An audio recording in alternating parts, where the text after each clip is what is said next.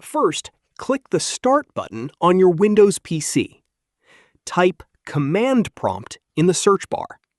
Right-click Command Prompt. Then select Run as Administrator. If prompted, click Yes. In the Command Prompt window, type the following command: powercfg/battery report. Then press Enter. Wait a few seconds. You will see a message showing the location where the battery report has been saved. Now, open File Explorer. Search for location shown in the command prompt.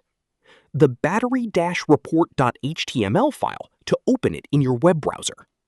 Here, you can view important battery information, including battery capacity, battery usage, battery life estimates, and battery health. That's it. This is how you can check a battery report using Command Prompt in Windows PC.